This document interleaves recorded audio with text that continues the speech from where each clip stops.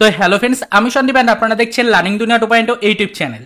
তো ফ্রেন্ডস, আবারও কিন্তু আপনারা যারা আপার প্রাইমারি বা উচ্চ প্রাথমিকের শিক্ষক নিয়োগ প্রক্রিয়ার সাথে যুক্ত চাকরি প্রার্থী রয়েছেন এবং মূলত যারা এক কথায় যোগ্যবঞ্চিত চাকরি প্রার্থী রয়েছেন, তাদেরকে উদ্দেশ্য করেই সপ্তাহের শেষ মুহূর্তে দাঁড়িয়ে আজকে অর্থাৎ 5/4/2024 তারিখে দাঁড়িয়ে আর্জেন্ট কিছু টপিকের উপরে আপডেট দেওয়ার চেষ্টা করছি। তাই মনোযোগ সহকারে এই ছোট্ট ভিডিওটিকে একটু লাস্ট পর্যন্ত দেখার চেষ্টা করুন। তো দেখুন ফ্রেন্ডস, আপনারা কিন্তু জানেন যে গত মাসের শেষ পর্যায়ে এসে আপনারা কিন্তু আপনাদের সিট আপডেটের দাবি জানিয়ে আরও একবার কলকাতার রাজপথে নেমেছিলেন। এসএসসি অর্থাৎ স্কুল সার্ভিস কমিশনকে টার্গেটে রেখেছিলেন এবং তারই সাথে সাথে আপনারা কিন্তু মাননীয় মুখ্যমন্ত্রীকে টার্গেট করে বেশ কিছু প্রশ্নচিহ্ন কিন্তু তুলে ধরেছেন এবং মাননীয় মুখ্যমন্ত্রীর কাছে আপনারা কিন্তু বেশ কিছু আর্জিও জানিয়েছেন সিট আপডেট নিয়ে তিনি যেন এবার হস্তক্ষেপ যেন গ্রহণ করেন। সেই দিকে কিন্তু ফ্রেন্ডস আপনারা অনেকেই প্রশ্ন তুলেছেন, অনেকেই কিন্তু দাবি জানিয়েছেন, অনেকেই কিন্তু ফ্রেন্ডস আপনারা এই বিষয়গুলোকে নিয়ে টার্গেট এনেছিলেন বর্তমান সরকারকে। তো আপাতত আজকে অর্থাৎ এই সপ্তাহের শেষ মুহূর্তে দাঁড়িয়ে আজকে 5/4/2024 তারিখ শুক্রবারের ডেটে দাঁড়িয়ে কি খবর পাচ্ছি সেটা কিন্তু এক নজরে একটু দেখে নেওয়ার চেষ্টা করব। তো দেখুন ফ্রেন্ডস, আপাতত আজকে অবস্থান বিক্ষোভে যে সকল চাকরি প্রার্থীরা রয়েছেন ধর্ণামঞ্চে, সেখানে আজকে কিন্তু 655তম দিন অতিক্রান্ত হয়ে গেল। চাকরি প্রার্থীরা অবশ্যই তাদের যে রুটিন রয়েছে সেই ডেলি রুটিন অনুযায়ী কিন্তু তারা ধর্ণামঞ্চে উপস্থিত হচ্ছেন। এই প্রচণ্ড গরমের মধ্যেও তারা কিন্তু মাতঙ্গিনী হাজরার মূর্তির পাদদেশে অবস্থান বিক্ষোভ চালিয়ে যাচ্ছেন। তাদের সিট আপডেটের দাবি নিয়ে কিন্তু তারা অনড় রয়েছেন। তবে আলটিমেটলি কি আপনাদের রিক্রুটমেন্টের উপরে আদৌ কোনো পরিবর্তন আসতে চলেছে? আদৌ কি সিট আপডেট নিয়ে কোনো সদর্থক বার্তা এসএসসি অর্থাৎ স্কুল সার্ভিস কমিশন দিতে পারবে? আদৌ কি বর্তমান সরকার এই বিষয়ে কোনো হস্তক্ষেপ করেছে? আদৌ কি আপনাদের এই রিক্রুটমেন্ট নিয়ে কোর্টের পক্ষ থেকে কোনো সিট আপডেটের নির্দেশিকা আসবে? এই নিয়ে কিন্তু একাধিক প্রশ্নচিহ্ন উঠে আসছে। তো আপনাদেরকে এইটুকুই বলতে চাইছি, চাকরি প্রার্থীরা কিন্তু হতাশ হবেন না। আপাতত এসএসসি অর্থাৎ স্কুল সার্ভিস কমিশনও কিন্তু সিট আপডেট করার জন্য সেরকম কোনো সদর্থক বার্তা দিচ্ছে না, পজিটিভলি কোনো ইনফরমেশন তো দিচ্ছেই না, বরং বিভিন্ন দপ্তর থেকে বিভিন্ন নেগেটিভ বার্তাই উঠে আসছে। তারই সাথে সাথে বর্তমান পরিস্থিতিতে দাঁড়িয়ে আমাদের কলকাতা হাইকোর্টে যে ম্যাট কেস চলছে সেই কেসের হিয়ারিং ডেটও ঘন ঘন কিন্তু পড়ছে না। তো সেক্ষেত্রে কিন্তু চাকরি প্রার্থীদের যে দীর্ঘ প্রতীক্ষা, সেই প্রতীক্ষার কিন্তু কখনোই অবসান হচ্ছে না। তো আলটিমেটলি কি সিট আপডেট হওয়ার সম্ভাবনা রয়েছে? এই সপ্তাহের শেষ মুহূর্ত পর্যন্ত কি আপডেট পাচ্ছি না সেটাই আপনাদেরকে একটু জানিয়ে দেওয়ার চেষ্টা করছি। দেখুন যে সিট আপডেট নিয়ে এখনো পর্যন্ত কিন্তু কোনো সদর্থক বার্তা নেই। তবে চাকরি প্রার্থীরা সম্ভবত আরও একবার কিন্তু এই বিষয়গুলো নিয়ে নতুন করে আন্দোলনের পথে নামতে পারেন।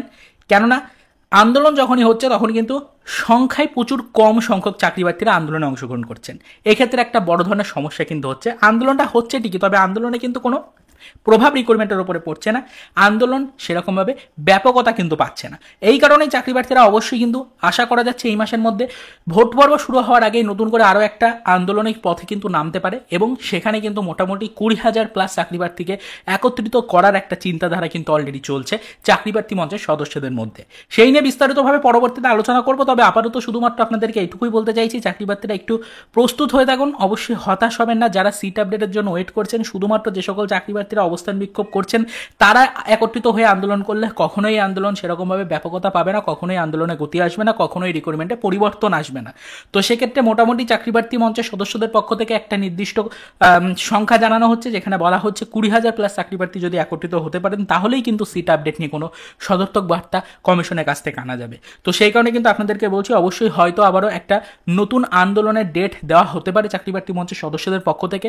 সেই দিকে নজরদারি রাখুন, চ্যানেলটির সাথে যুক্ত থাকুন। আজ পর্যন্ত এই মুহূর্তে দাঁড়িয়ে যেটুকু খবর রয়েছে যে সিট আপডেট নিয়ে সরাসরিভাবে কিন্তু পর্ষদ সূত্রেও সেরকম কোনো অফিসিয়াল আপডেট আসছে না, অর্থাৎ আমাদের কমিশনের কাছ থেকেও সেরকম কোনো অফিসিয়াল আপডেট আসছে না।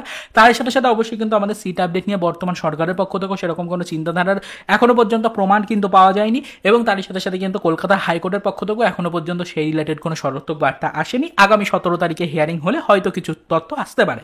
তবে এই মুহূর্তে দাঁড়িয়ে ওভারঅল এটুকুই জেনে রাখুন, সিট আপডেট নিয়ে কিন্তু কোনো দিক দিয়ে কোনো পজিটিভ দিক কিন্তু এখনো পর্যন্ত উঠে আসলো না।